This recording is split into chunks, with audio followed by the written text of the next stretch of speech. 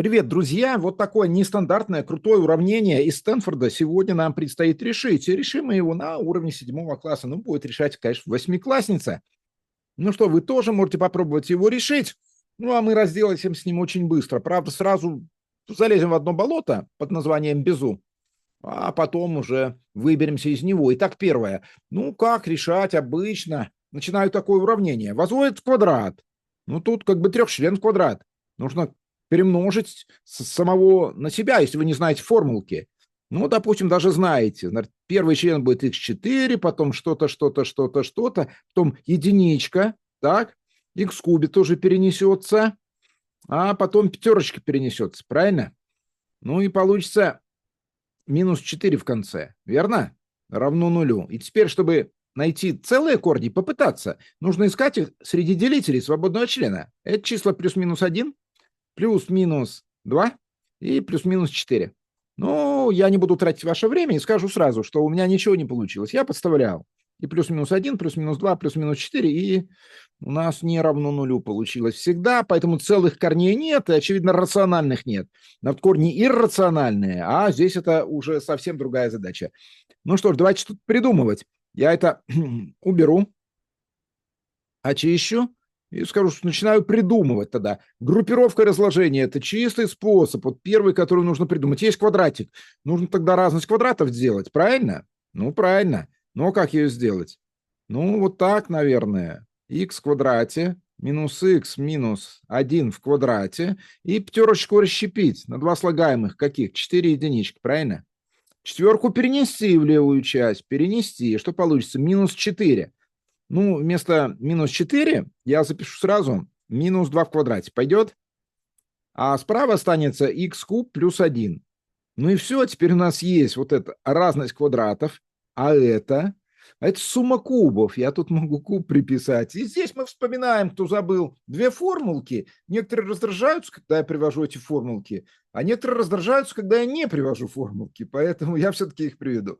Ну, формулку разности квадратов все знают. Ну, а вторая формулка суммы кубов звучит так. Сумма кубов двух чисел равна произведению суммы этих чисел на неполный квадрат разности этих чисел. Неполный, значит, без двойки и разности. Ну все, применяем. Что здесь получится? Вот это первое число а, х в квадрате минус х минус 1 минус b, двойка, и х в квадрате минус х минус 1 это снова а, и плюс b, плюс 2. Все. Ну а справа посложнее. Это будет х плюс 1 умножить на х в квадрате минус просто произведение х на единицу, никакой не удвоенный, и плюс квадрат второго числа. Это плюс единица. Все, сделал. Вот здесь что получается, ребята, у нас? Х в квадрате минус х плюс 1, и здесь х в квадрате минус х плюс 1. Дискриминант трехчлена меньше нуля? Да, да, значит, корней нет, то есть ни при каких значениях х значение этого многочлена не равно нулю. Не равно нулю. Ну, а раз не равно нулю, обе части уравнения имею право разделить, значит, число не равное нулю. Правильно? Вот я его делю. Конечно, можно было перенести все в одну сторону, вынести, но это побыстрее. Посмотрите, что получилось. Теперь нужно просто из х в квадрате минус х минус 3 теперь, ну, вычесть х плюс единицу, перенеся это в левую часть. Ну и получается красивая вещь. Посмотрите.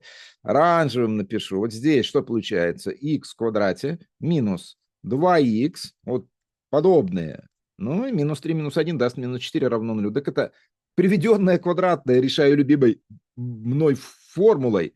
Половина второго взятого с противоположным знаком плюс-минус корень из квадрата половины минус свободный член. Мгновенно получаем ответ.